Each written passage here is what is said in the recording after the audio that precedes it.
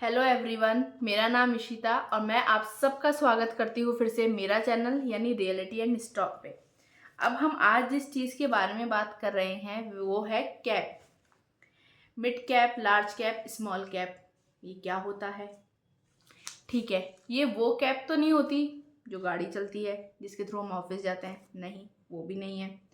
फिर ये क्या है? ये वो कैप भी नहीं है जो हम हेड सर पे लगाते हैं। ये वो कैप है जो कैपिटल वर्ल्ड में काम करती है यानी स्टॉक मार्केट में।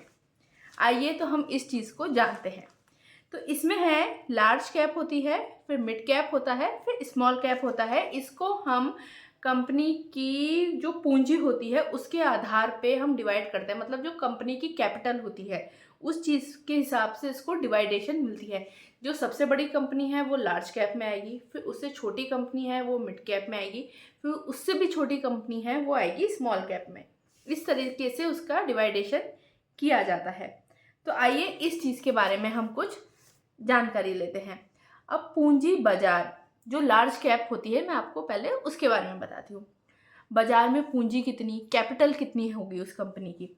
10,000 करोड़ से ज़्यादा।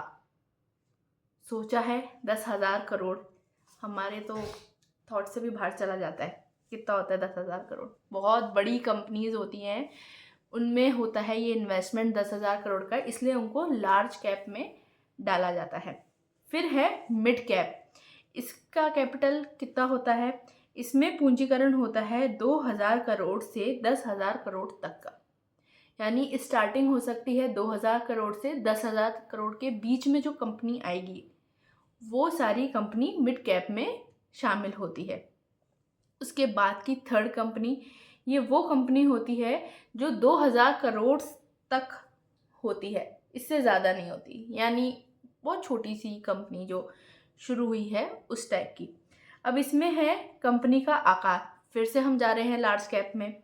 अब जो कंपनी का आकार होता है ये बड़ा होता है और ये स्थायी होता है, मतलब ये बहुत पुरानी कंपनी, रेपुटेटेड कंपनीज में से आता है। फिर उसके बाद आता है मिड कैप।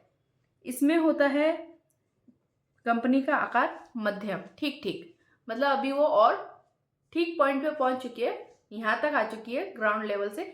अब यहाँ तक जाने के लिए उसको एक जर्नी क्रॉस करनी पड़ेगी। स्मॉल कैप, इसमें होता है जोखिम बहुत उच्च, मतलब हाई लेवल का इसमें रिस्क पाया जाता है।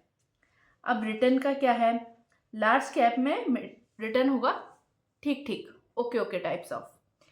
फिर आता है मिड कैप में रिटर्न उच्च, क्योंकि उनकी ग्रोथ बढ़नी है। अभी जो मतलब लार्ज कैप है वो तो यहाँ तक पहुँच गई, वो धीरे धीरे ऊपर पहुँच जाएगी। अब जो हमारी मिड कैप है वो तो अभी यहीं पहुँची है, यहाँ तक कि उसको जर्नी क्रॉस करनी है, तो क्रॉस करने करने के साथ ग्रोथ होगा तो आपको रिटर्न भी उसमें अच्छा मिल सकता है। और जो स्मॉल कैप है उसमें भी रिटर्न आपको उच्च मिलता है, क्योंकि वो तो है ही एक तो सी, तो वहाँ तक पहुँचने में तो उसको टाइम लगेगा, तो उसमें रिटर्न भी अच्छा मिल सकता है। अब इसमें है कंपनी के उदाहरण, कौन कौन सी कंपनी है? टाटा, रतन टाटा जी जिनकी कंपनी थी, बहुत सारी कंपनी है, टाटा स्टील है, टाटा मोटर्स हैं, ऐसे करके रिलायंस है, HDFC बैंक है, ये सारी चीज़ें हैं। इसके अलावा अब हम बात करेंगे मिड कैप में। मिड कैप में कौन कौन सी आती है? बजाज फाइनेंस आती है, हीरो मोटर्स आती है, एशियन पेंट आती है। ये वो सारी कंपनी है जिनके नाम हम जानते हैं पर हमें उसको डिवाइडेशन करना नहीं आता, तो इसलिए गाइज मैं आपको ये सब चीज़ें बता रही हूँ। अब एक और है स्मॉल कैप, वो भी नई नई है, छोटी कंपनीज हैं काफ़ी, जिनका नाम भी हमने भी थोड़ा कम सुना है, जैसे VM मोटर्स करके, और भी बहुत सारी इसमें ऐसे कंपनी है।